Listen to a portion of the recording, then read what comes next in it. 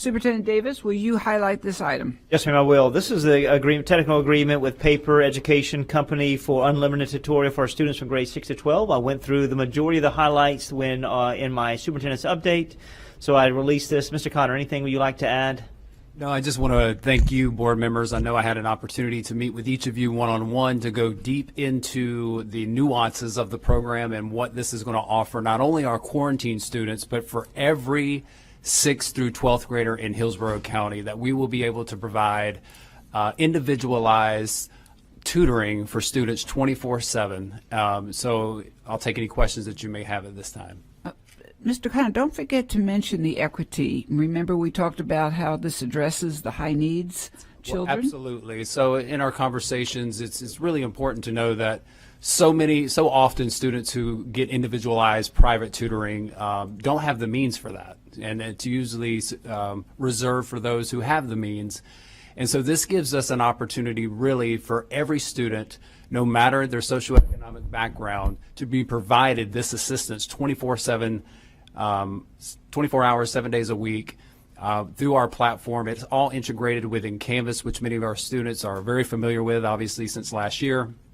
And this is going to not only give them any time. So when students necessarily, when they get home and they need that live support, they need that instruction, and they don't have that teacher and they may not have that support at home, they're going to be able to connect with a live tutor through this platform and answer just about any academic question that may potentially be a barrier for them to get through that assignment or that work. But yeah, to the point of equity, again, essentially, we're going to have 100,000 students here in Hillsborough County that are going to have 24/7 tutoring, and that's a great thing. And thank you, Mr. Connor. The biggest thing for me is that it captures all the interactions. All the interactions with the learner. If they're having a problem with polynomials, whatever it may be, two-step problems, it captures all of that for the teacher. They can go back and be able to review and address there in their small group instruction. So thank you. We're very excited. I need a motion and a second for this particular item. I have a motion by Member Washington and a second by Member Snively. And at this time, there is any discussion. I pulled the item, but I just wanted to just have it, I guess just wanted to have it highlighted because I think it's the greatest thing that we've had in a long time for learning. So I'm going to go ahead and ask first Member Vaughn, then Member Perez, Member Combs, and Member Washington. Thank you so much, Chair Gray. I guess a couple things that I'm looking at this. When is this going to be implemented? And then the other part is really the marketing, is making sure that kids have access to that because there's so many programs. We need to make sure that children know about this, regardless of their socioeconomic background. We need to make sure we have that out. And also for college applications, when we talk about inequity and kids who maybe don't have someone have an opportunity to look at some essays, well, we can now, child can go to the library or go to school early and actually have their college application looked at by a private tutoring center or, private entity while students who have the funds are able to go to those places. So I think we have to look at, we still have a long way to go, but we're in the right direction. And this can also help children who don't have a second set of eyes for college applications. So I hope that, all those low income schools and all those children who maybe this is their first opportunity to go to college, I hope that they use this program before school or after school. I want to encourage that so that way they have that opportunity to come in with a strong application. So, I want to talk about, the pros and the cons of that. But thank you, and I am very much in support of this. Thank you, Member Combs. Member Washington? Thank you, Madam Chair.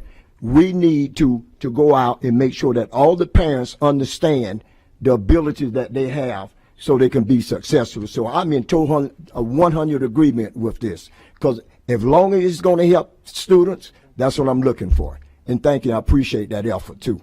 Thank you, Member Washington. Member Snively? Thank you, Madam Chair. Could Mr. Connor talk a little bit about the security measures? Because this is not like a YouTube video or Khan Academy where you can go on and this is interactive. So there's another live person on the other end that is communicating with our children. And so could you talk a little bit about what security measures have been taken? What are the qualifications for the individuals who are communicating with our students? As a parent, I want to know that when my daughter gets online to ask a question about math, that she's in a safe place and that she can, it's a secure environment. Could you address that, please? Yes, thank you for the question, Ms. Snively. So as far as the tutors themselves, when they are hired on with paper, they are employees of the company. They are not freelancers. They are paid by the company. They are trained by the company. Many of these students, many of them are students, higher ed students. Many of them are retired educators. And they go through a criminal background check. They go through an aptitude test to ensure that they have the ability to actually tutor in that particular subject. And they go through over a month long of training, because providing tutoring through a virtual platform is different than providing tutoring face to face. So there's a lot of hoops that they have to go through and checks that they have to pass along the way in order to be an employee of this particular company. As it relates to the interactions with the students within the platform, everything is recorded. As soon as that interaction is finished, the tutor can make comments on the interactions for the teacher if the teacher chooses. I do want to emphasize that in no way are we requiring teachers to utilize this program. It's not mandated. We would encourage teachers. I think it's going to be a great benefit to them. But essentially, students can be provided this tutoring without their teacher having to interact with the program. But in the event of security, teachers also have access to every single dialogue that takes place within the platform. So the security measures are there, and the tutors themselves are trained to identify when there may be potential issues with some of the communication going back and forth with the student. They can flag that. That could be escalated. Let's say there may be some mental health issues that are occurring and that student is exhibiting some of that through the platform. They have a whole escalation routine where that is sent on to the appropriate chain of command so that that can be addressed immediately. Thank you, Member Snively. And also, I'm just going to say a few things on this one. I was, and I know that Mr. Connor knows this, that I was sold on this from the get-go because the very initial conversation from these are bright Canadians, individuals who started this company, their first emphasis was on the high needs, the equity piece. That's where they wanted to devise a system where children could afford the expense, as you well said, Connor, of tutoring.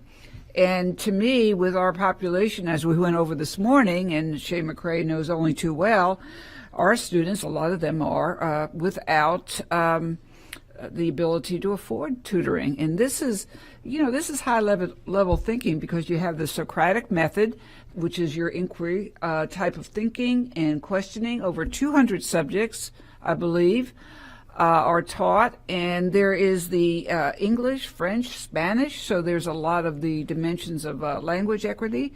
So I would say, Superintendent Davis,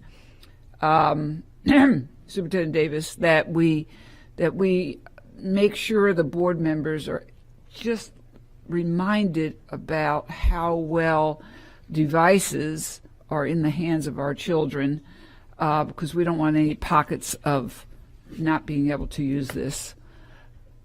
Member Washington? Thank you, Madam Chair. Mr. Connor, could you tell us, is the winners up? Can they get in 24 hours a day? Yes. If we approve tonight, the goal is to have all of our 100,000 6th through 12th graders up and running with 24/7 tutoring on September 1st. September 1st. So that's an aggressive goal, but that is the goal, September 1st. That's good, because sometimes people like to hang out a little bit, and they come in and they do their work kind of late at night. So that's good to know. Okay, thank you. Thank you, Member Washington. Member Snively? Thank you, Madam Chair. And Mr. Washington, I know exactly what you mean, because teenagers like to stay up late. They're doing their homework at like 1 or 2 o'clock in the morning. So and some moms do also. Totally understand that, right? I wanted to just point out one thing that I had a concern about, but I think that it was pretty much, I felt comfortable that it was very much addressed. And, being a small business owner, one of my concerns was competing with small businesses that, or tutoring companies that are in our community. We have a lot of tutoring companies that are in our community all over Hillsborough County, and I wanted to make sure that this was not in direct competition necessarily with our tutoring companies, our local tutoring companies that we want to support small businesses. And so the response that we discussed was that it's not the market for private tutoring is a bit of a different market than this particular market. So we talked a little bit about equity before and making sure that it's accessible to students. And so I kind of wanted to reassure my friends out there who are small business owners that own a tutoring company, which I think Ms. Combs still owns her tutoring company, and I was pleased to see that she was supporting it as well. That should show that that this is not going to be in direct competition necessarily with the small businesses, small tutoring companies in our areas that we still want to support. And so I just wanted to kind of put that out there in case there's anybody thinking, oh gosh, they're going to take away business from our local small tutoring companies, private tutoring companies. This is really kind of a different market that is still very supportive of students, very accessible to students on any level, and should not be necessarily in direct competition with private tutoring companies that are out there. So we still support those small businesses. Thank you. Thank you, Member Snively. Board members, please vote when your lights are on.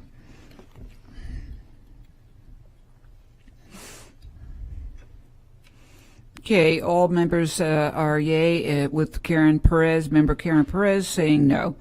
The motion passes.